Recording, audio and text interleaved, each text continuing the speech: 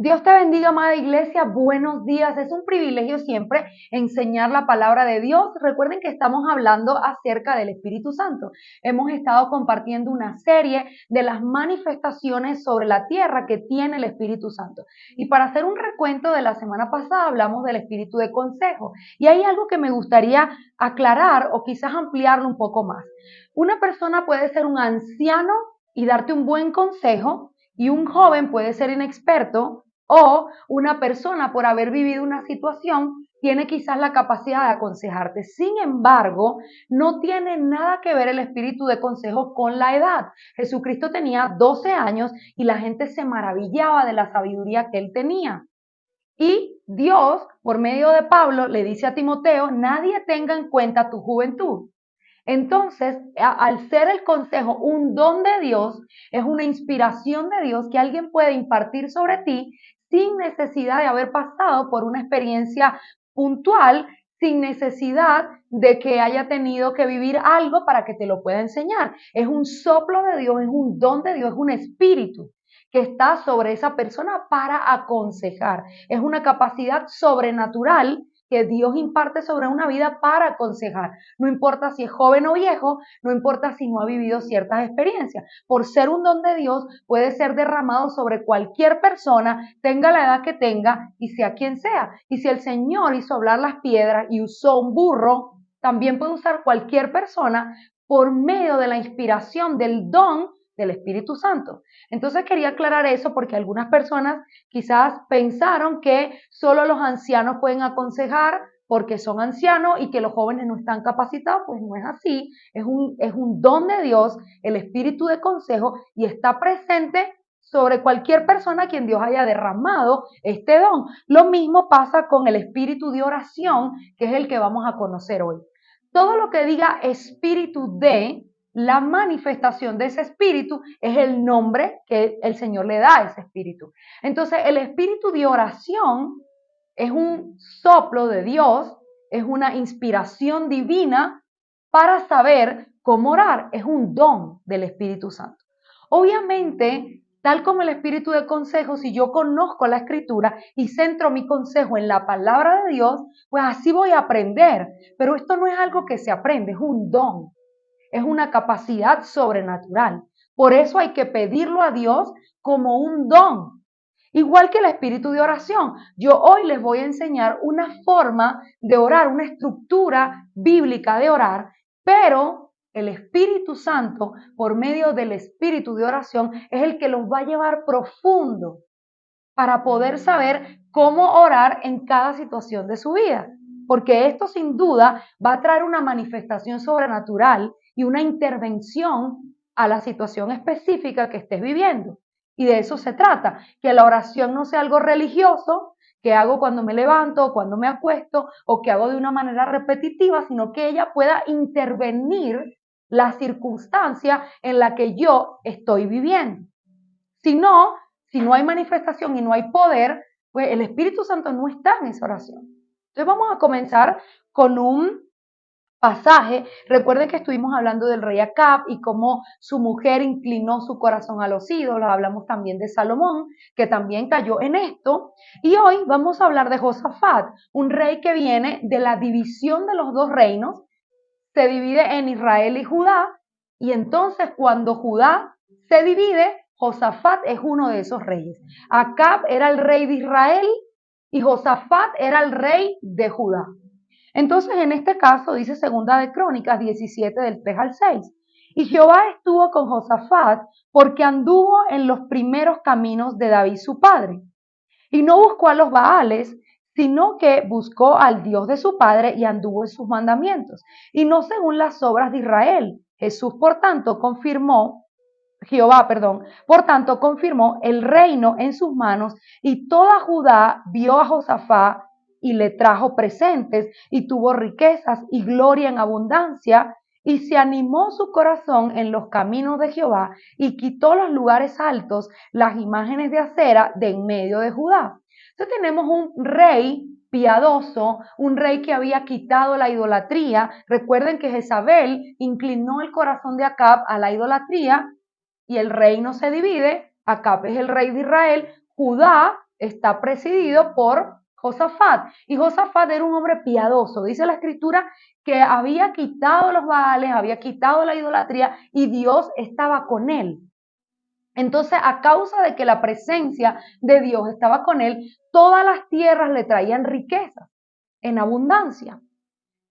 Continúa segunda de Crónicas 17 del 10 al 13 y dice, y cayó el pavor de Jehová sobre todos los reinos de la tierra que estaban alrededor de Judá y no osaron hacer guerra contra Josafat.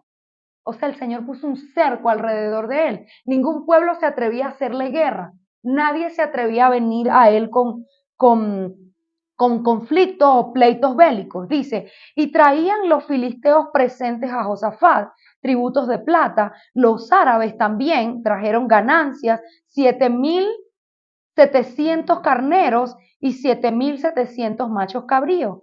Iba pues Josafat engrandeciéndose mucho y edificó en Judá fortalezas, ciudades de aprovisionamiento y tuvo muchas provisiones en las ciudades de Judá y hombres de guerra y muy valientes en Jerusalén. Entonces nos damos cuenta que no solamente la presencia de Dios, el temor de Dios, que era lo que Josafat utilizaba para ser sabio, había traído un cerco sobre él. Había traído riquezas, había atraído con su obediencia la gloria de Dios a su vida y un cerco de protección que impedía a los pueblos que estaban cercanos penetrar Judá. Y nos damos cuenta que Josafat gozaba de un privilegio que era la presencia de Dios que custodiaba. Ahora, segunda de Crónicas 18:1 dice, tenía pues Josafat riquezas y gloria en abundancia. Sabemos por qué la tenía, porque dice que había destruido los baales, tenía temor de Dios, gloria en abundancia, pero contrajo parentesco con Acab. ¿Qué significa esto? Contrajo parentesco, me está hablando de una relación filial, de una relación donde aquí alguien se casó. Resulta que Josafat le da a su hijo, que se llamaba Joram, a Acab para que se case con la hija de Jezabel y del rey Acab. Una de las reinas más malvadas que ha existido sobre la tierra y que la escritura la describe como una de las más sanguinarias de todos los tiempos, llamada Talía. El hijo piadoso de Josafat se casa con la hija de Jezabel y con la hija de Acab. Ella representaba una descendencia impía, pecaminosa, que gobernaba Israel. Y Josafat era un hombre piadoso, lleno del respaldo de Dios. Pero estoy segura que él no oró para hacer esto. Él se confió como Sansón porque él tenía el respaldo de Dios y jugó con la unción. Y no le preguntó al Señor si estaba bien o no. Simplemente él estaba acostumbrado a vivir en esa gloria, en esa riqueza, en esa protección. Hizo algo imprudente sin preguntarle al Señor. Segunda de Crónicas 19:2. Dice, Josafat perdió el respaldo de Dios y le salió al encuentro el vidente Jehú, un profeta, y le dijo, hijo de Ananí, y dijo al rey Josafat, ¿al impío ayudas y amas a los que aborrecen a Jehová? Pues ha salido de la presencia de Jehová ira en contra de ti. A veces no tenemos idea de cómo es el mundo espiritual. A veces queremos ser amigos de los impíos y creer que esto no va a tener consecuencias. Y yo no hablo de un sectarismo donde nosotros somos los ungidos y somos los hijos de Dios y no le hablamos a los demás. Pero yo no puedo hacer una alianza, no puedo tener un compañerismo con una persona que abiertamente está en pecado, aborrece al Señor, porque el profeta le dice, ¿al impío ayudas? En una pregunta. ¿Hiciste amigo de los enemigos de Dios? De los que aborrecen a Dios. Si Dios te da la comida que te comes, el sustento, si Él es tu Señor, si es quien te sirve, ¿por qué te vas a unir con sus enemigos? ¿Por qué? Vas a ser amigos tuyos a los enemigos del Señor. porque estos eran los pueblos enemigos, eran personas que no vivían en la justicia de Dios. Y a veces hay gente almática que no entiende la envergadura de esto. La luz y las tinieblas no se juntan, no hay compañerismo entre Cristo y Belial, no hay amistad entre el diablo y el Señor. Usted nunca va a ver a Jesús y al diablo sentados en una mesa conversando. No existe eso. Pero a veces nosotros queremos ser más buenos que Dios y esto fue lo que le pasó a Josafat.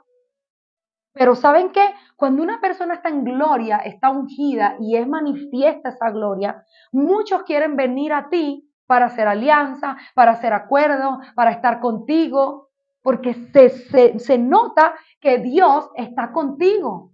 Y fue Acab quien se le acercó a Josafat para pedirle, vamos a la guerra, seamos amigos, acompáñame. Y Josafat le dice, claro, yo voy a ir contigo a la guerra, porque tú y yo somos uno. Imagínense el nivel de compañerismo que ya había en esta relación, porque ya era una relación familiar incluso, donde a veces buscando por el ojo el mejor postor, la mejor familia para aparentar quizás y tener una relación filial. Entonces no nos damos cuenta de lo que realmente vale.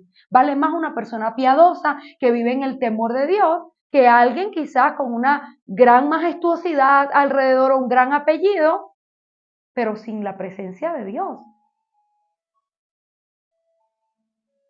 Y esto fue lo que le pasó a este rey.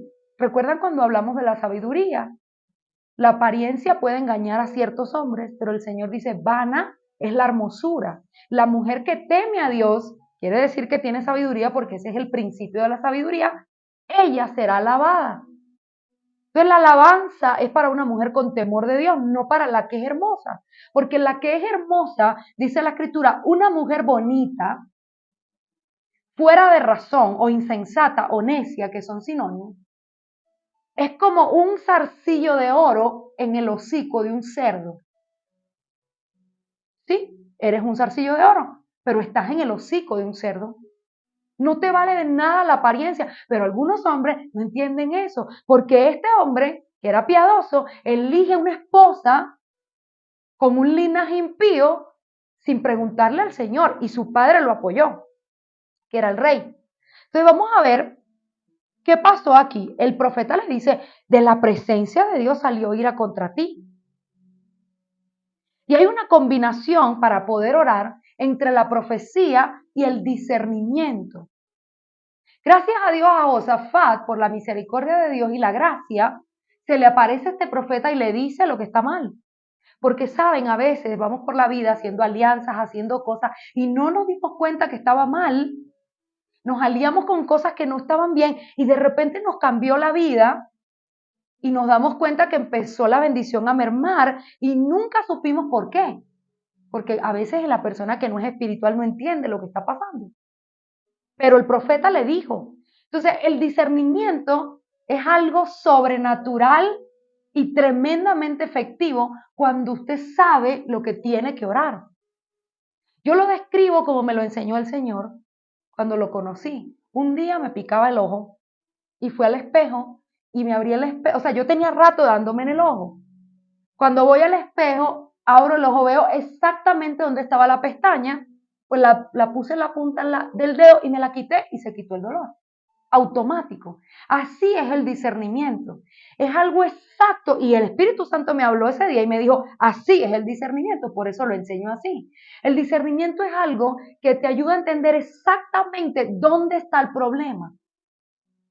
¿Qué es lo que tengo que orar? Es como agarrar una lanza y mandarla en la dirección exacta al medio del blanco.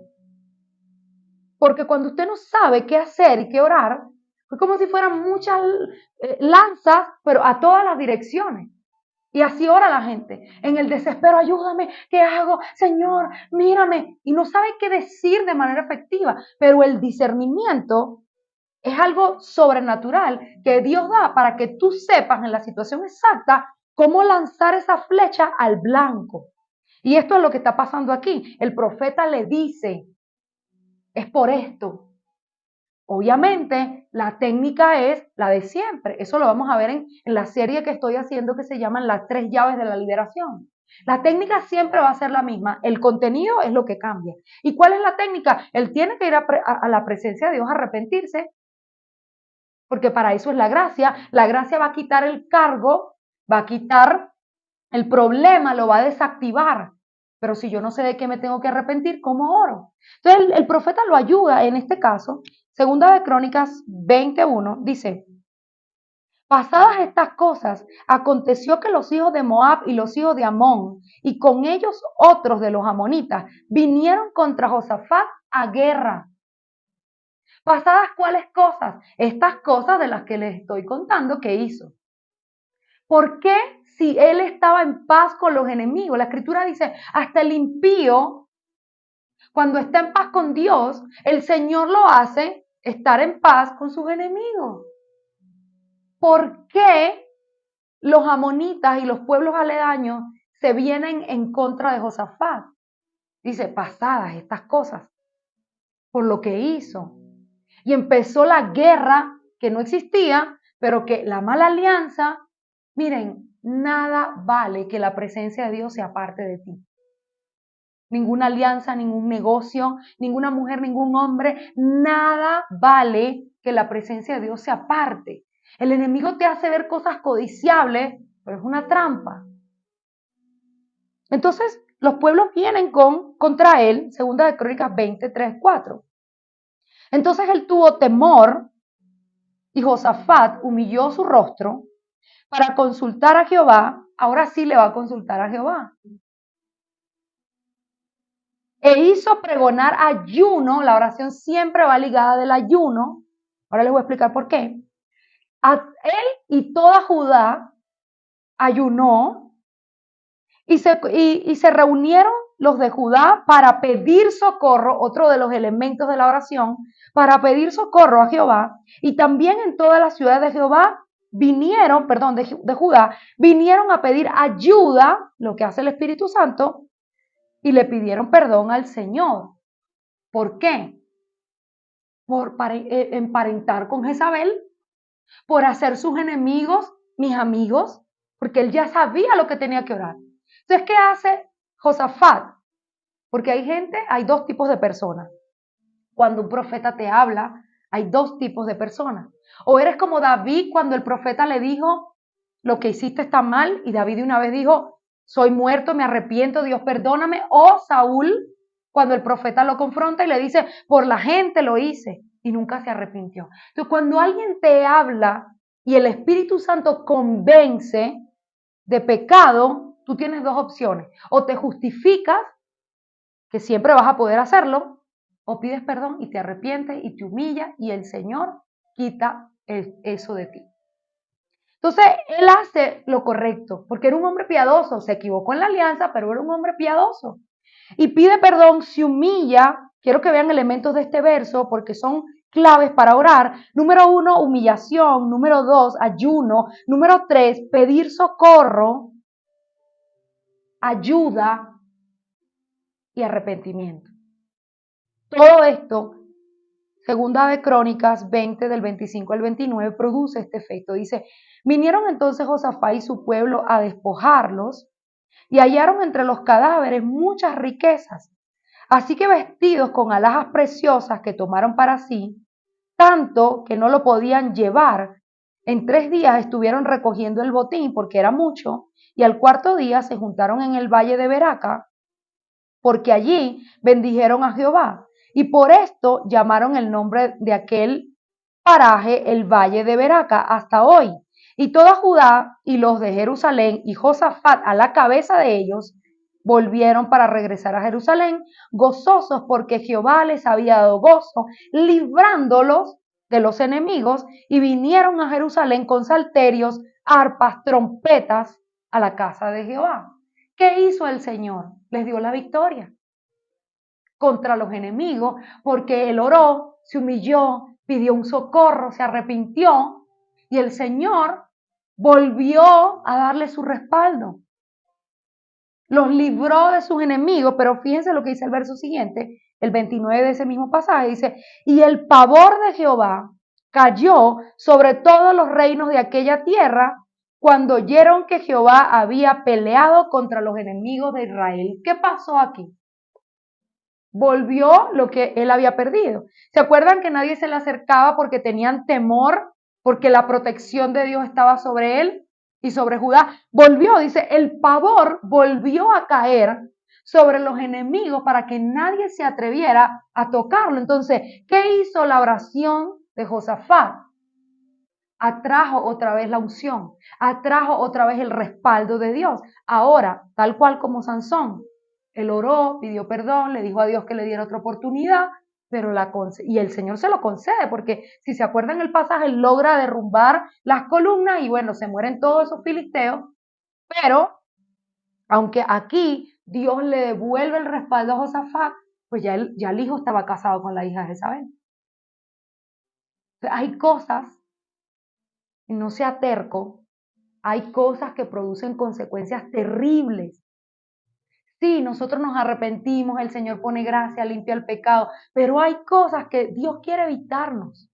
Tiene que ser sensible a la voz del Espíritu Santo. Mire, el Padre y el Hijo están en el trono y el Señor dejó en la tierra el Espíritu Santo para ayudarte, para advertirte, para explicarte las cosas, para enseñarte. Si tú lo contristas, yendo a lugares incorrectos, andando con personas incorrectas, vas a ahogar su voz y no vas a poder ser guiado.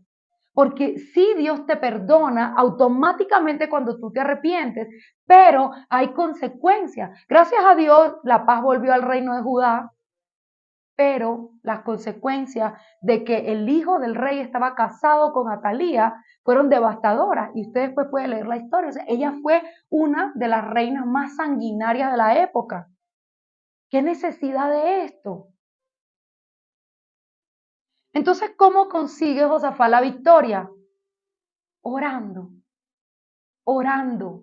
La oración es el canal que Dios diseñó para comunicarse con él por medio del Espíritu Santo. El Espíritu Santo es el maestro, es el guía, es la inspiración, es el soplo. Por eso Jesús dijo, a ustedes les conviene que yo me vaya. Pero ¿cómo nos va a convenir? Si tú nos enseñas, tú nos amas, vemos milagros, tú haces todo lo glorioso. Ah, pero es que lo hago yo. Pero si yo me voy, lo van a hacer todos ustedes. Porque el Espíritu Santo que obra en mí va a venir sobre cada uno dándoles poder. Y poder significa una inspiración sobrenatural en cada área que el Espíritu Santo gobierna. En este caso, la oración. Entonces, orar es una cosa de evangélico, en un cuartico, de falda larga, de gente mayor que no tiene nada que hacer con su vida. No. La oración puede intervenir en tu problema. La oración es el soplo de Dios, es la inspiración de Dios para modificar lo que tú estás viviendo hoy.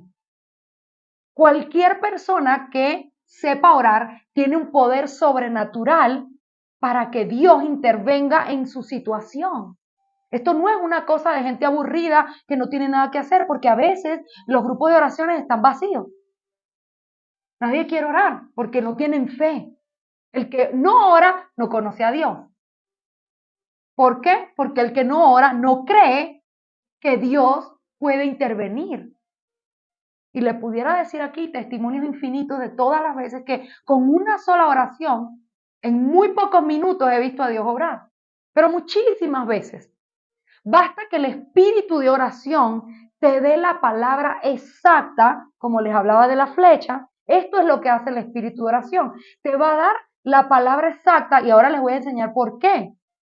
Porque cuando declaro exactamente lo que necesito, el cielo responde a lo que está escrito. Entonces eso es lo que hace el espíritu de oración. Oración y orar es creer que Dios puede hacer algo. Por eso Jesús, dentro de sus enseñanzas magistrales, está la oración. Y la victoria de Jesús era el respaldo que él recibía cada vez que se apartaba a orar. Jesús iba a hacer algo glorioso y dice, se apartó. Y después que se apartó a orar, venía con la inspiración, con la estrategia, con la forma. ¿Cómo lo resuelvo? Y el Espíritu Santo te dice, haz esto, ora esto, declara esto. Todo eso va a pasar en oración. El canal de comunicación que Dios tiene con nosotros es por medio de la oración. ¿Quieres hablar con Dios? Ora y hay otra cosa, guarda silencio. Ora y guarda silencio. ¿Por qué? Porque mucha gente ora y sale corriendo. Y el Espíritu Santo no dijo nada. No le diste tiempo al Espíritu Santo. Recuerden que esto es espiritual, no es carnal, es espiritual. Entonces necesito conectar mi espíritu con el Espíritu de Dios, darle la oportunidad. Recuerden, es como una paloma, es sensible, es sutil. Tengo que darle el tiempo de manifestarse a mí.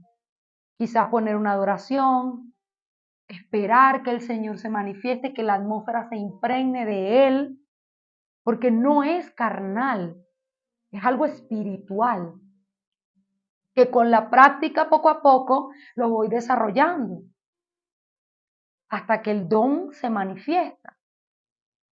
No sé orar, póngase a orar, porque la única forma de aprender es haciendo, más nada. Entonces, Zacarías 12:10. Dice, y derramaré sobre la casa de David, recuerden que Judá era la casa de David, era el linaje de David, y sobre los moradores de Jerusalén, espíritu de gracia y espíritu de oración. Y mirarán a mí, a quien traspasaron, y llorarán como se llora por un hijo unigénito, afligiéndose por él como quien se aflige por el primogénito. Entonces, ¿cómo va a liberar Dios a Judá? ¿Cómo lo va a liberar?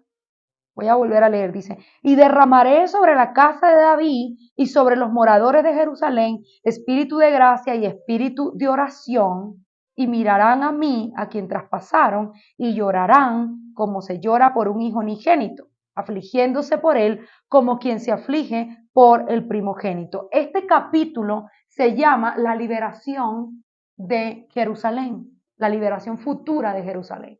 ¿Cómo me va a liberar Dios? Dice, derramando sobre mí el espíritu de oración y de gracia. Si Dios derrama sobre usted el espíritu de oración, derramó la estrategia espiritual para que te puedas liberar. Porque el espíritu de oración es el que te va a enseñar lo que vas a declarar, lo que vas a hacer, cómo lo vas a hacer. Él es el estratega.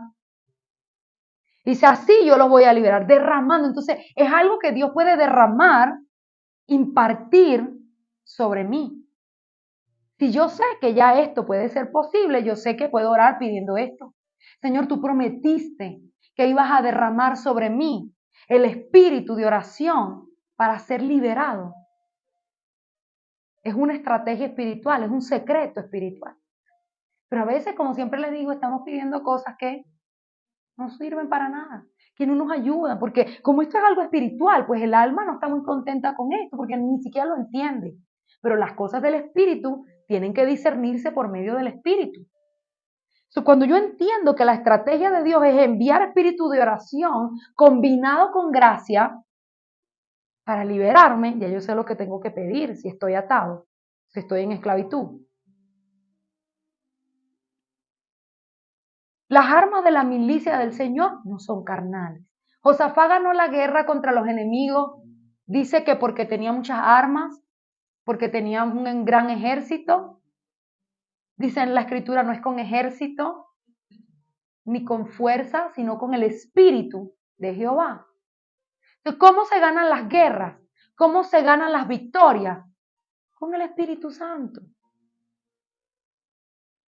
Efesios 6:12, porque no tenemos lucha contra carne y sangre, sino contra principados, potestades, contra los gobernadores de las tinieblas de este siglo, contra huestes espirituales de maldad en las regiones celestes.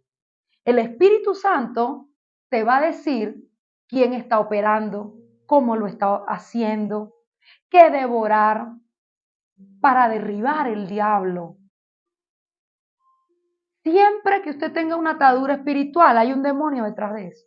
Siempre, absolutamente, porque la Biblia lo dice. Si yo tengo una lucha con alguien por algo, recuerden que la carne y la sangre es la gente. La carne y la sangre son las personas. Pero las personas no son el problema.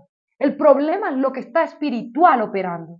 Si el espíritu de oración es el que me va a revelar por medio del discernimiento quién es el que está parado ahí en la puerta. En esa puerta que yo quiero quizás conquistar y no he podido durante toda mi vida. No he podido. ¿Por qué, Señor, esta petición no viene todavía? ¿Por qué no se manifiesta? Recuerden que la oración es una cosa de persistencia. Jesús lo enseñó siempre. Y Daniel oró 21 días. Él oró el primer día, pero al 21 el ángel le dijo, el día que tú oraste, la petición fue escuchada.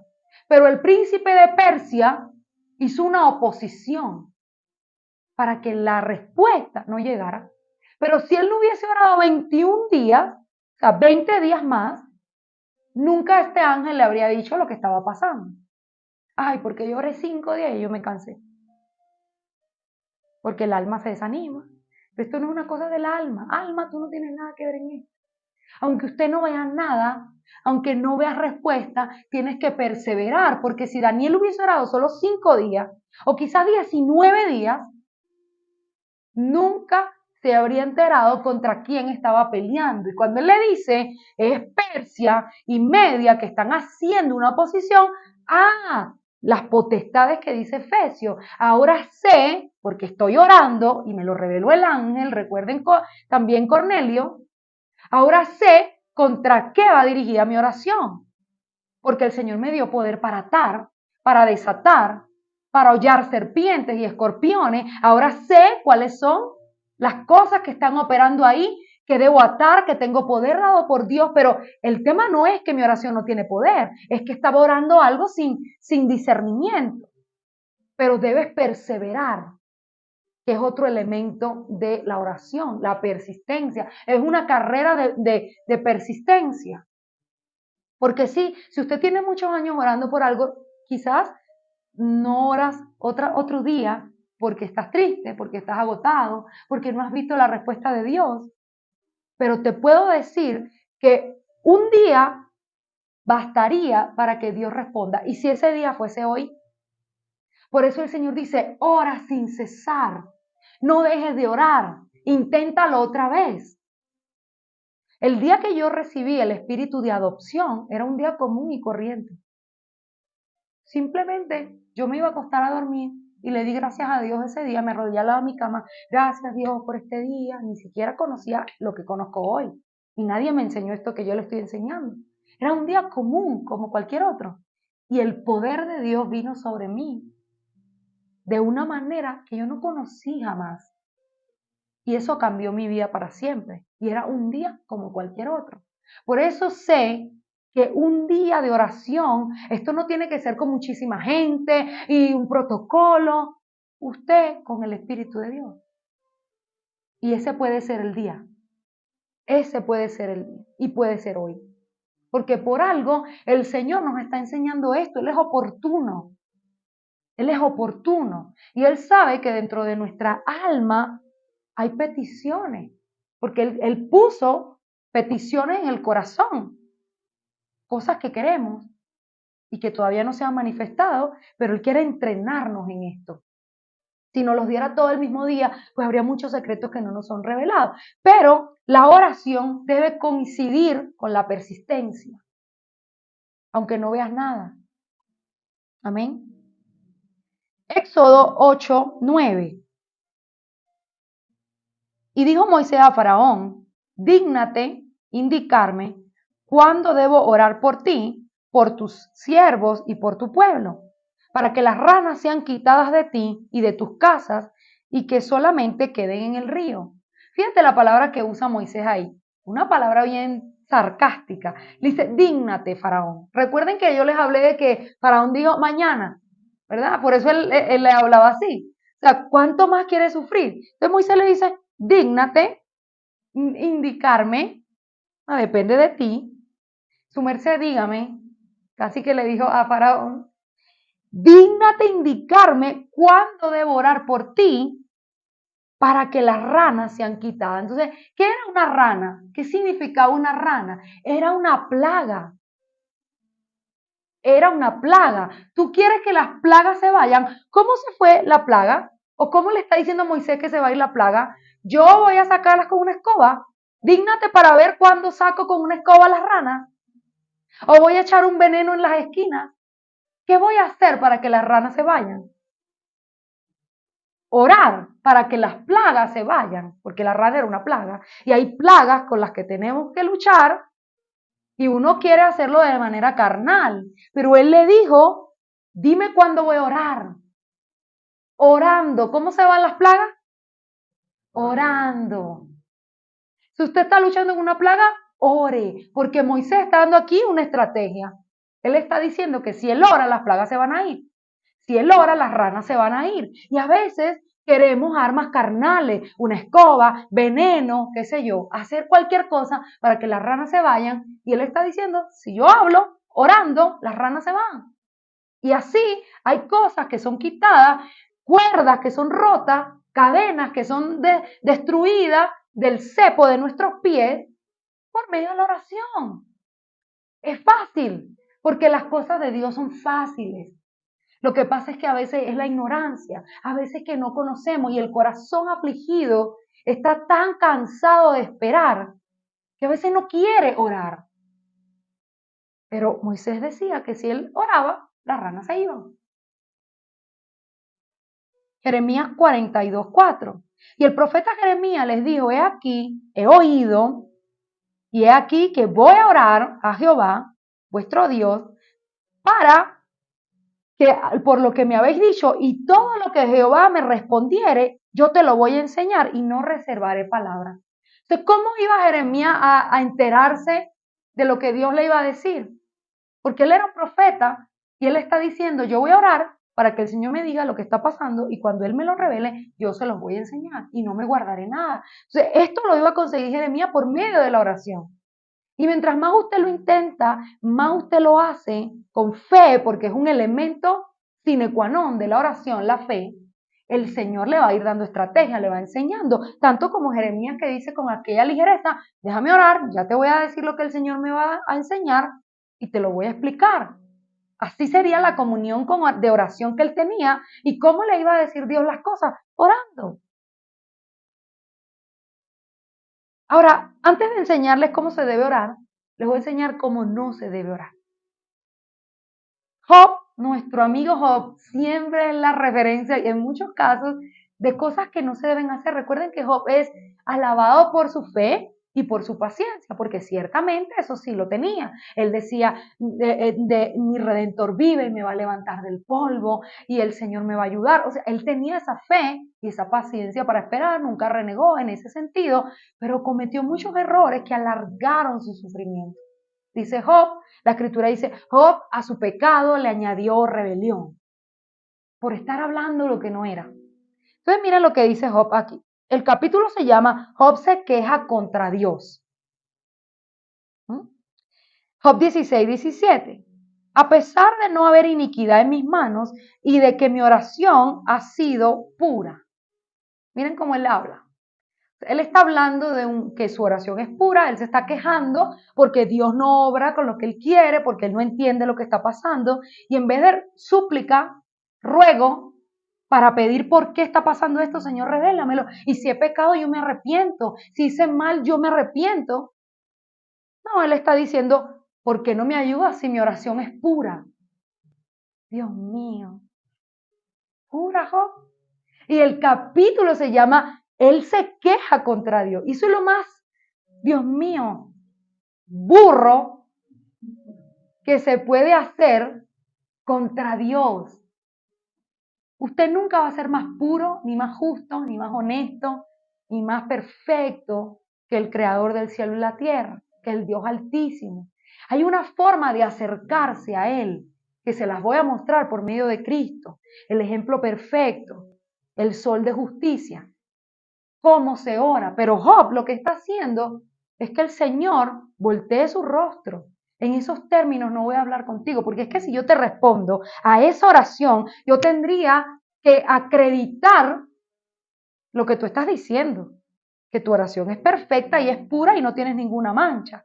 Yo tendría que acreditar eso si yo acepto, y como eso no es cierto, pues no lo voy a hacer.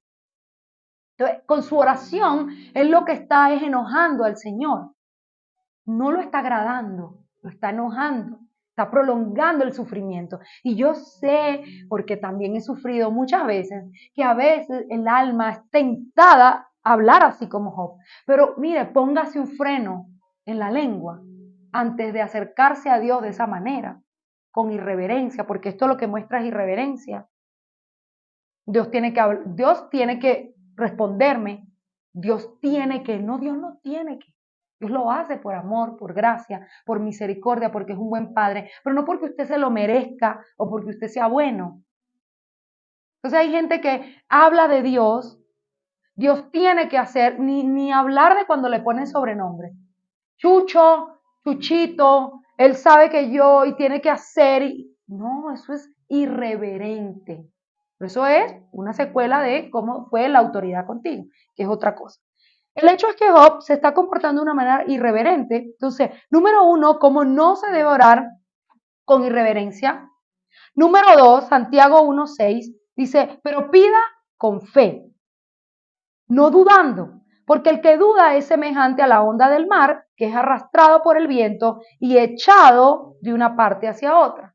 Entonces, ¿cómo no devorar? Con duda, con incredulidad, porque la fe agrada a Dios. La fe hace que Dios se mueva a tu favor. Tú sí le puedes decir, estoy afligido, estoy sufriendo, me siento triste, me siento mal, pero yo creo que tú estás a punto de hacer algo a mi favor. Yo creo que tú me amas, yo creo que Cristo murió por mí. Eso es una cosa diferente de orar a lo que está haciendo Job. Porque él está frustrado ciertamente. Y usted puede decirle a Dios, he esperado demasiado, estoy angustiado hasta la muerte, mi alma está triste, pero nunca se revele y menos con incredulidad. Entonces, la incredulidad te aparta de la bendición de Dios y la duda. 18, Lucas 18, 11 al 14. Dos hombres subieron al templo a orar. Aquí hay un ejemplo de lo que sí y lo que no. Estos dos hombres fueron al templo a orar. Esta enseñanza es de Cristo mismo en la carne. Jesús es el que lo está enseñando. Subieron a orar un fariseo y el otro era un publicano. El fariseo, puesto en pie, oraba consigo mismo de esta manera. Dios, te doy gracias porque no soy como los otros hombres. Empezamos mal. No soy un ladrón, ni un injusto, ni un adúltero, ni como este publicano que tengo al lado.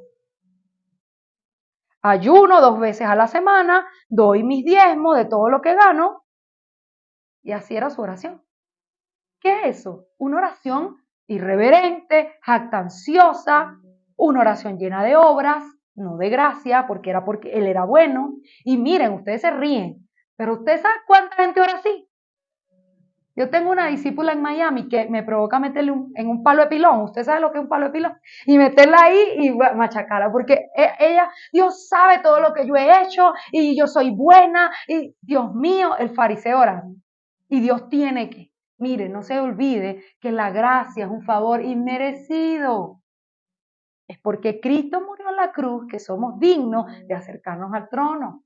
No hay nada que podamos hacer de valor para que el Señor nos dé. Ahora, el publicano dice, mas el publicano estando lejos, porque este otro estaba ahí de frente, no quería ni alzar los ojos al cielo, sino que se golpeaba el pecho diciendo, Dios, sé propicio a mí, pecador. Soy un pecador, lo reconozco. Sé lo que he hecho. Os digo que éste descendió a su casa justificado. Eso fue lo único que dijo. Sé propicio a mi pecador. Se puso de pecador, no dijo hice nada bueno, nada bueno. El otro hizo como 5 cosas o 6 buenas.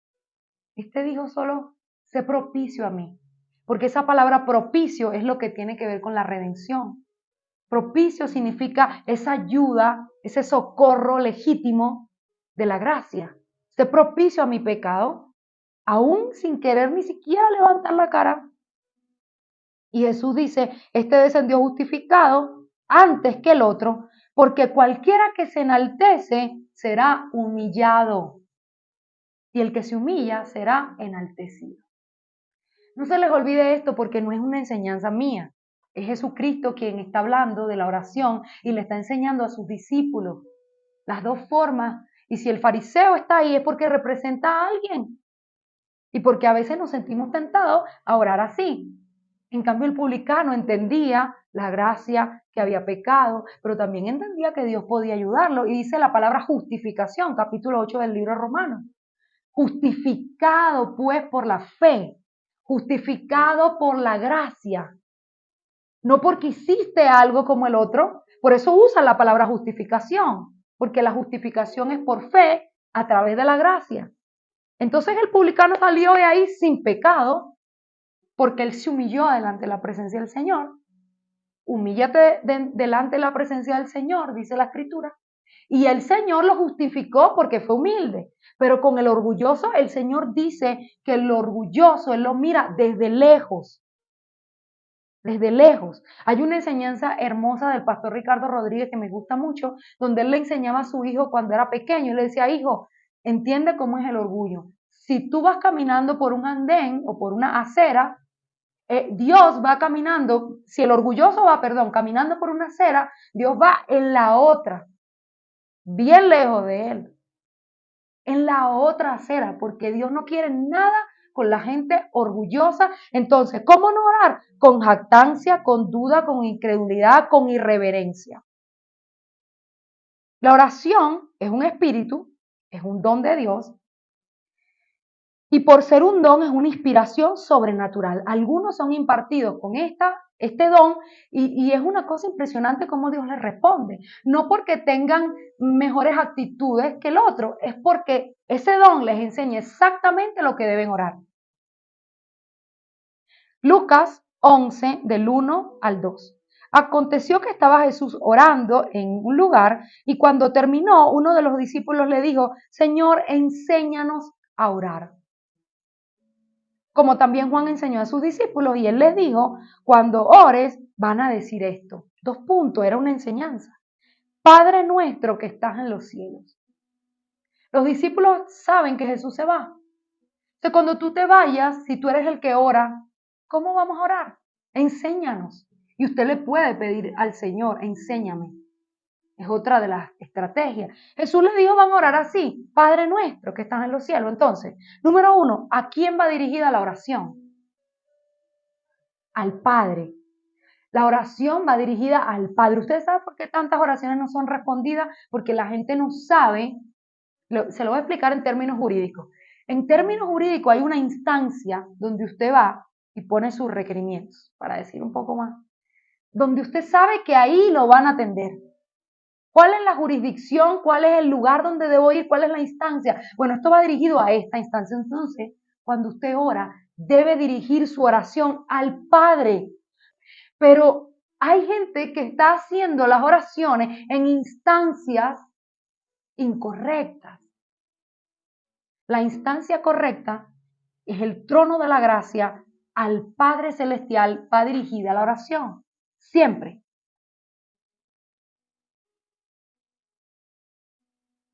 ¿Cómo es la estructura de la oración?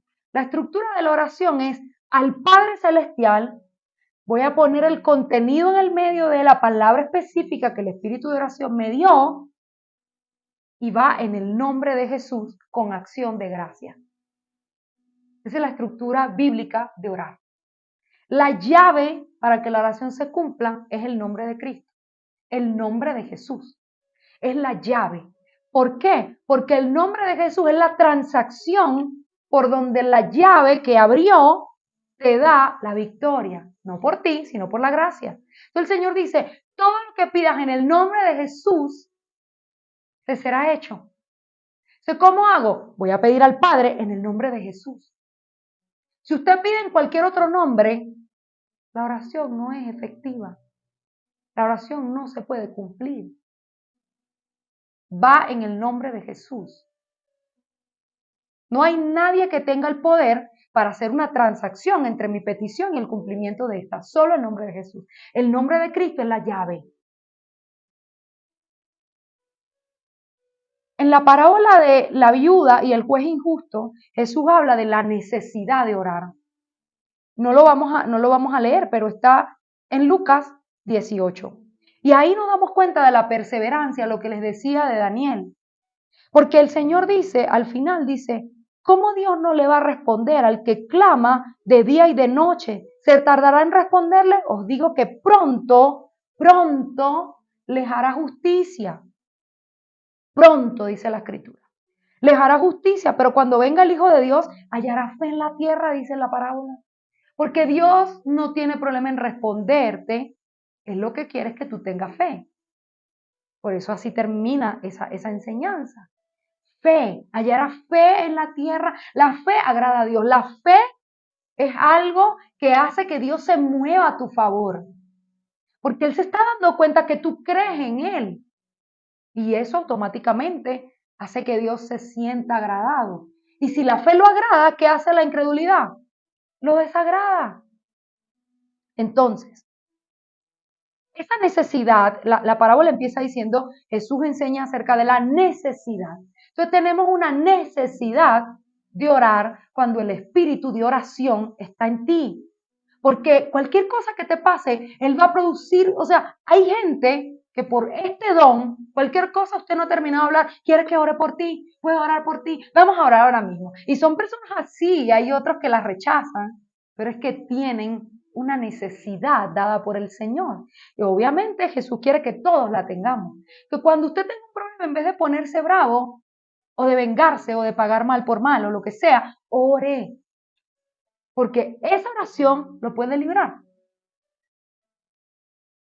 Hebreos 11:6 dice, pero pida con fe, pero sin fe es imposible agradar a Dios, porque es necesario, otra vez la palabra necesario, que el que se acerca a Dios crea que le hay y que Él es galardonador de los que le buscan. El Señor no quiere que usted ore una oración sin poder, donde usted mismo dice, bueno, ¿por qué voy a orar si Dios no me va a responder? Ni ores, mijo.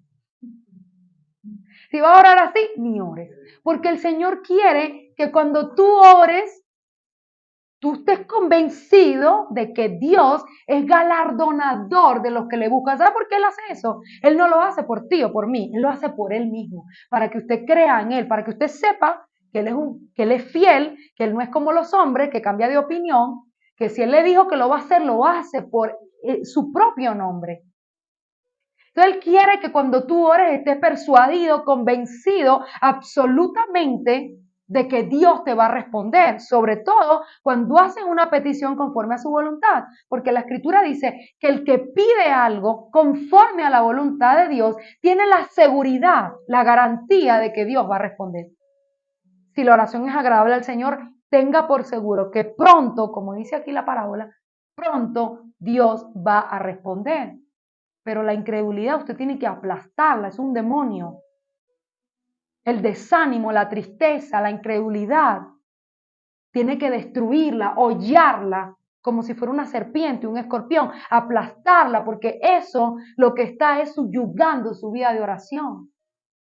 Y les voy a decir una cosa que no está incluida en la enseñanza. Cuando Pablo iba camino a la oración, dice la Escritura en el libro de Hechos, el espíritu de adivinación apareció. Y Pitón, que es el espíritu de adivinación, de ahí la palabra pitoniza, es un espíritu que siempre está acechando los que oran, siempre está acechando la oración. Y hay otra cosa, donde usted ve un grupito de oración que a veces no es de Dios, mucha gente manifestando dones de revelación y profecía y don de lengua, y todo esto es una cosa copiada de la verdadera oración, porque el diablo, a través de la adivinación, siempre está tratando de meterse en estos ambientes. Entonces, por eso a veces es delicado el tema de la oración, pero el enemigo está detrás de todo lo que hacemos cuando es algo agradable al Señor. Es importante que usted se cuide mucho de dónde va a orar, con quién, todo esto, pero de saber que también hay alguien que cuando Pablo iba a la oración apareció este. ¿Por qué? Porque esto es la contraparte de la oración. Y él hace una presión para que usted, porque el espíritu de Pitón es como una serpiente espiritual que se amarra o se subyuga desde la cadera hacia arriba y su asignación es sofocar. No es una serpiente de veneno como otras. Es una serpiente que sofoca a sus víctimas. La va apretando, le aprieta los pulmones, el pecho, los ojos y le habla aquí así. Y te subyuga de una manera que tú estás cansado, agotado y no oras. Y cada vez que vas a orar te sientes así, porque esto está viniendo ahí. Usted tiene que levantarse con poder, destruir esta manifestación demoníaca que no lo está dejando orar, tener fe, levantar una bandera, Dios dijo, Dios lo hará, y creer y poner alabanza y despojarse de lo que no lo deja orar. Amén. Ya casi para terminar, Jesús 14:13, y todo lo que pidieres al Padre, ¿a quién voy a pedir? Al Padre. Tengo que entender desde hoy, hicimos una serie de paternidad, tengo que volver a entender, yo tengo un Padre. Diga conmigo eso, yo tengo un Padre. Si yo voy a pedir algo, se lo voy a pedir a mi papá. Yo tengo un papá, yo no soy huérfano. Dice, todo lo que pidieres a quién. ¿Sabe por qué no pedimos? Por la orfandad. Porque nadie me suplió nunca. ¿A quién le voy a pedir? Yo no sé lo que es pedirle a un papá. A mí nadie me ha dado nada.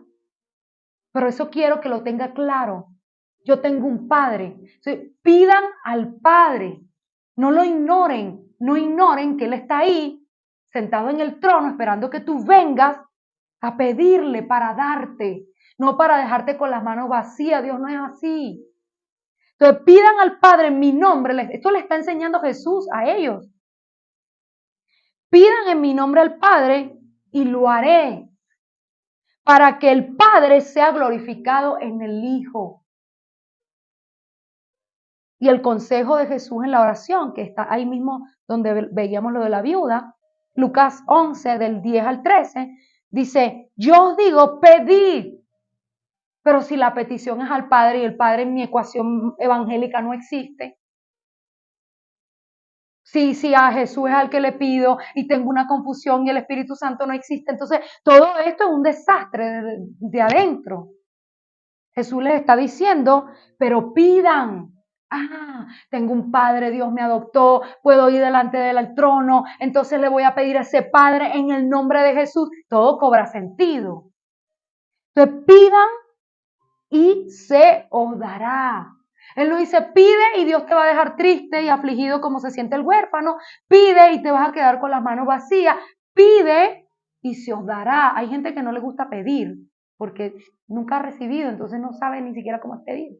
Pero usted ve un niño consentido que están acostumbrados los padres a darle, él pide y pide y pide y no le da ni pena. Y eso sería lo normal, que usted le pueda pedir a Dios como padre, porque el padre biológico hizo un buen trabajo, pero si no lo hizo, Jesús está enseñando aquí, dice, pide y se os dará, buscad y hallaréis, llamad y se abrirá. Entonces a veces la aflicción en cuanto a la oración, porque esto es una enseñanza de la oración que está dando Jesús, a veces la aflicción es tan grande que yo no pido, no llamo, no toco la puerta porque me siento que no me van a abrir, no busco porque no voy a encontrar y tengo una calamidad sobre mi cabeza, sobre mi mente, que el diablo me hizo. Y es mentira. Porque usted cree en la crueldad que Jesús estaría enseñando esto para que no se te cumpla. No, Él está enseñando esto porque cuando Él le pide a su Padre lo ayuda.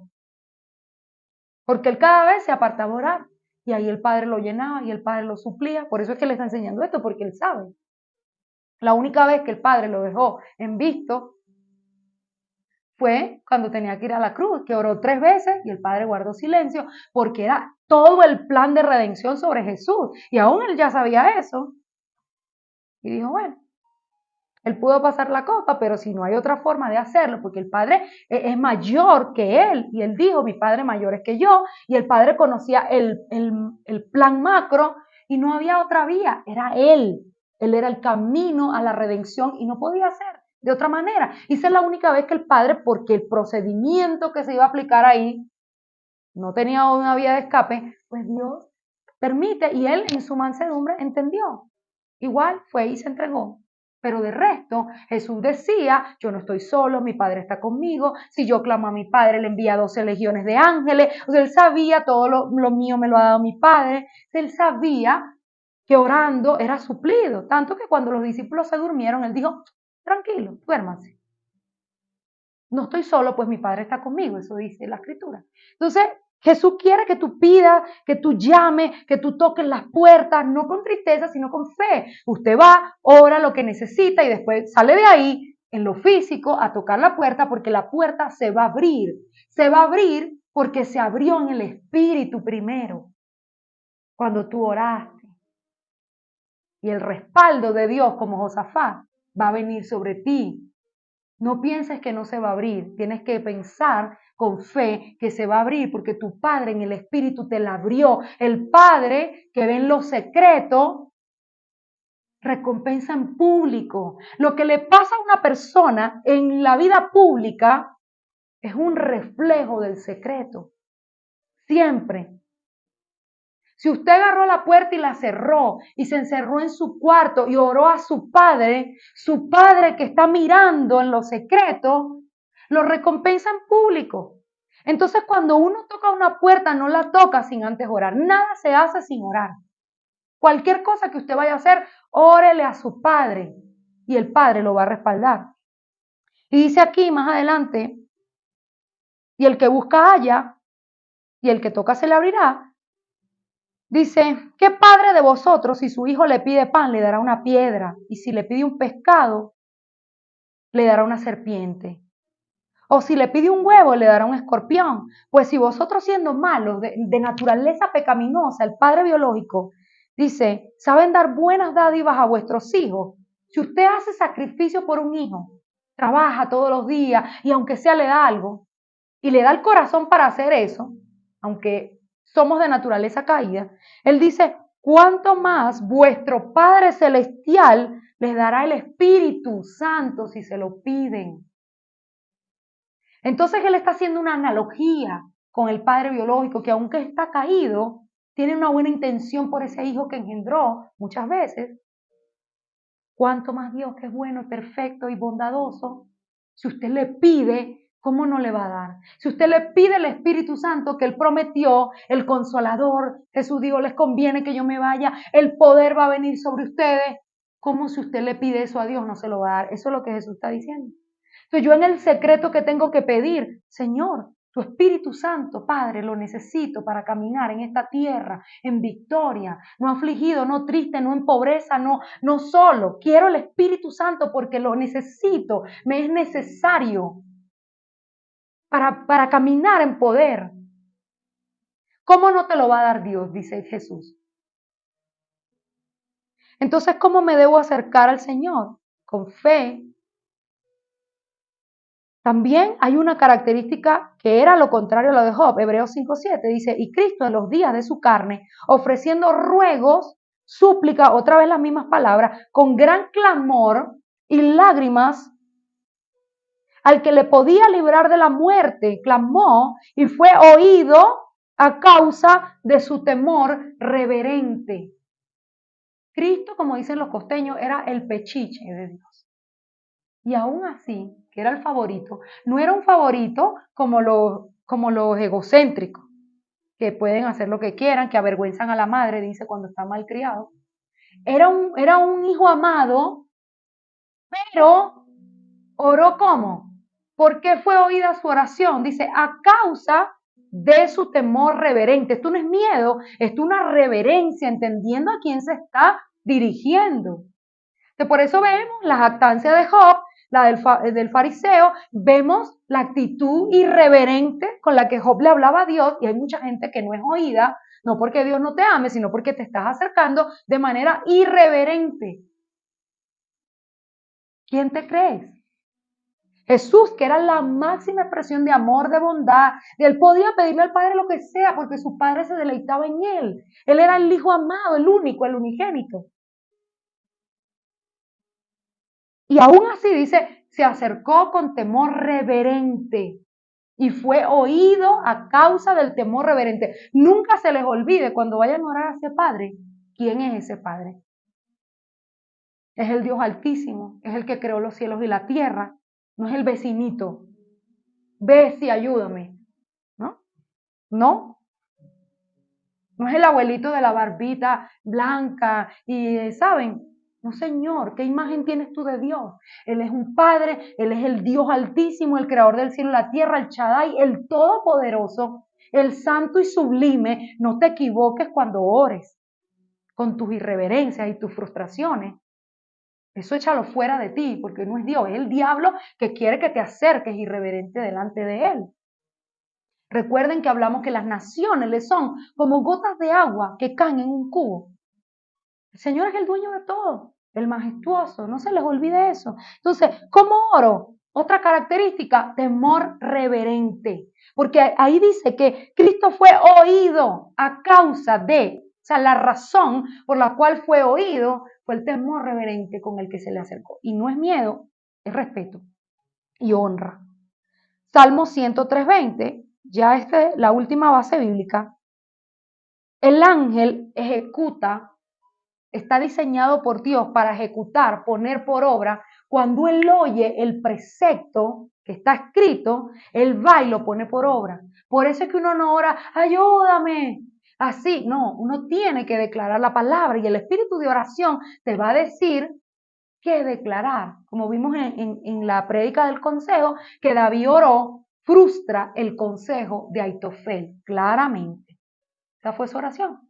El espíritu de oración te va a decir, dependiendo de la situación específica, lo que yo voy a orar. Usted se va a impresionar, es una inspiración sobrenatural que va a salir de tu boca algo y vas a decir, ¿y por qué dije eso? Pero era exacto, la precisión. Entonces, miren lo que dice Salmos 103:20. Bendecid a Jehová, vosotros, vuestros ángeles, poderosos en fortaleza, que ejecutan su palabra, obedeciendo a la voz de su precepto. ¿Qué significa eso? El ángel, cuando oye la voz y sabe que esa voz está hablando el precepto, lo que está escrito, como el Señor los dejó a ellos custodiando y poniendo por obra lo que está escrito, porque Dios no miente, el que declare las palabras que están ahí, el ángel va y las pone por obra, va y las ejecuta, van y ayudan para que esa palabra se ponga por obra. Ese es su trabajo. Entonces, no se ora diciendo disparate en la frustración. Se ora diciendo, Padre, tu palabra dice que si yo me acerco a ti con temor reverente, yo voy a ser oído como Cristo fue oído. Tu palabra dice que si yo tengo fe, eso te agrada. Así se ora, declarando el precepto para que los ángeles que están a nuestro servicio, pero bajo el mandato de Dios, pues los ángeles no se mandan, como mucha gente dice, Dios los envía a ellos a que el precepto sea puesto por obra, a ejecutar. El ángel va y ejecuta, porque él dice, esta voz tiene estos mandamientos que yo los conozco perfectamente y como están escritos ahí y el Señor lo dejó y él no miente y él no se arrepiente, el que declare eso le será hecho. Por eso usted ve que hay tantas cosas en la metafísica, en las cosas de la ley de atracción y qué sé yo cuántas cosas hay incorrectas, pero están haciendo cosas bíblicas y están produciendo un efecto real. ¿Por qué? Porque está escrito. Entonces el ángel tiene una obligación, correr al precepto, ponerlo por obra. ¿Cómo oro? Declarando la palabra. Por eso tengo que conocer la Biblia. Esa es mi espada. Filipenses 4:6, ¿cuál es la estructura de la oración? Por nada estéis afanosos, sino que sean conocidas vuestras peticiones delante de Dios en toda oración y ruego con acción de gracias. Ese verso es la estructura de la oración. Número 1, va dirigida al Padre. Número 2, se detalla la petición usando la base bíblica. Sean conocidas vuestras peticiones. No estés ansioso ni mal. Ora. Entonces, ¿cómo oro? Número 1, al Padre, ya me enseñó Jesús. Número 2, detallo la base bíblica de lo que estoy viviendo. Por eso usted tiene que conocer la escritura. Entonces, voy a orar finanzas, mi Dios pues suplirá todo lo que os falte. Voy a orar matrimonio, tú dices que mejor son dos que uno. Y tengo que conocer el argumento escritural que va acorde o esa promesa que Dios declaró en esa área que yo estoy necesitando. Entonces, lo 2 es detallando, declarando la base bíblica conforme a lo que estoy pidiendo. Número 3, usando el clamor, el ruego y la súplica. No es con exigencia, es con súplica, con ruego, con clamor. Eso dice Filipenses y todos los versos que hemos visto. Número 4, usando el nombre de Jesús, activando la gracia. Porque es por Cristo que podemos hacer esto. Si Jesús no estuviera, no podemos hacer nada. No hay ningún nombre dado a los hombres que esté por encima de Cristo. Entonces, el nombre de Jesús es la puerta. Por eso hay gente que pone de Dios a cualquier nombre, porque si usted quita el nombre, quita la unción del nombre. Por eso él dice, en mi nombre. El nombre es importante. El nombre es la transacción, la puerta, la llave, la gracia. Y número 5, con acción de gracia. Esa es la oración. Usted la formuló y después que habló en el nombre de Jesús, y yo te doy gracias, porque Filipenses dice con acción de gracia. La gratitud es el último elemento. Y usted agradece porque usted tiene fe. Porque cuando usted agradece es porque usted sabe que Dios va a responder. Y te doy gracias, Señor, porque mis ojos lo verán. Amén. Bueno, vamos a ponernos de pie y vamos a orar. ¿Cuántos quieren orar? Después de aprender la oración es sobrenatural, majestuosa, fantástica. Ella puede poner por obra la palabra de Dios en nuestra vida, interrumpir la circunstancia para traer la gloria de Dios. Amén. Entonces, Padre, te damos gracias, Señor, gracias, porque hoy hemos podido conocer tu palabra, Señor. Te damos gracias por la riqueza, por la maravilla, Señor, que hay en tu escritura, por todas aquellas perlas escondidas, Señor, esos secretos que tú has dejado establecidos. Te damos gracias porque Jesús vino como un maestro perfecto a enseñarnos a orar. Te damos gracias porque Jesucristo pagó el gran precio de la redención, por el cual podemos venir delante de ti, por el cual podemos orar, Señor, porque todo es por Él, por su valentía, Señor, por su obediencia de morir en la cruz. Padre, hoy te pedimos, Señor, que sea derramado sobre cada uno de nosotros, Señor, el espíritu de oración, el espíritu de gracia, Señor, para que nosotros podamos comprender la majestuosidad, Señor, pero también las estrategias, podamos entender cómo se hace, Señor. Háblanos de cómo orar, detállanos, Señor, la forma, cómo hacerlo, Padre, para ser efectivo, para que la oración sea escuchada, Señor. Salomón, cuando estableció el templo, Señor, oró y le pidió a Dios que todas las oraciones fuesen contestadas, Señor, cuando se hicieran ahí. Así te pedimos, Señor, que cada oración sea contestada, que seamos oídos en el cielo, que tú inclines tu oído, Padre Celestial, para escucharnos, Señor. Que el poder del Espíritu Santo venga sobre cada uno de los que estamos aquí, Señor, y de los que nos están mirando, y sean derramados, impartidos, suplidos por medio del don glorioso del Espíritu de oración.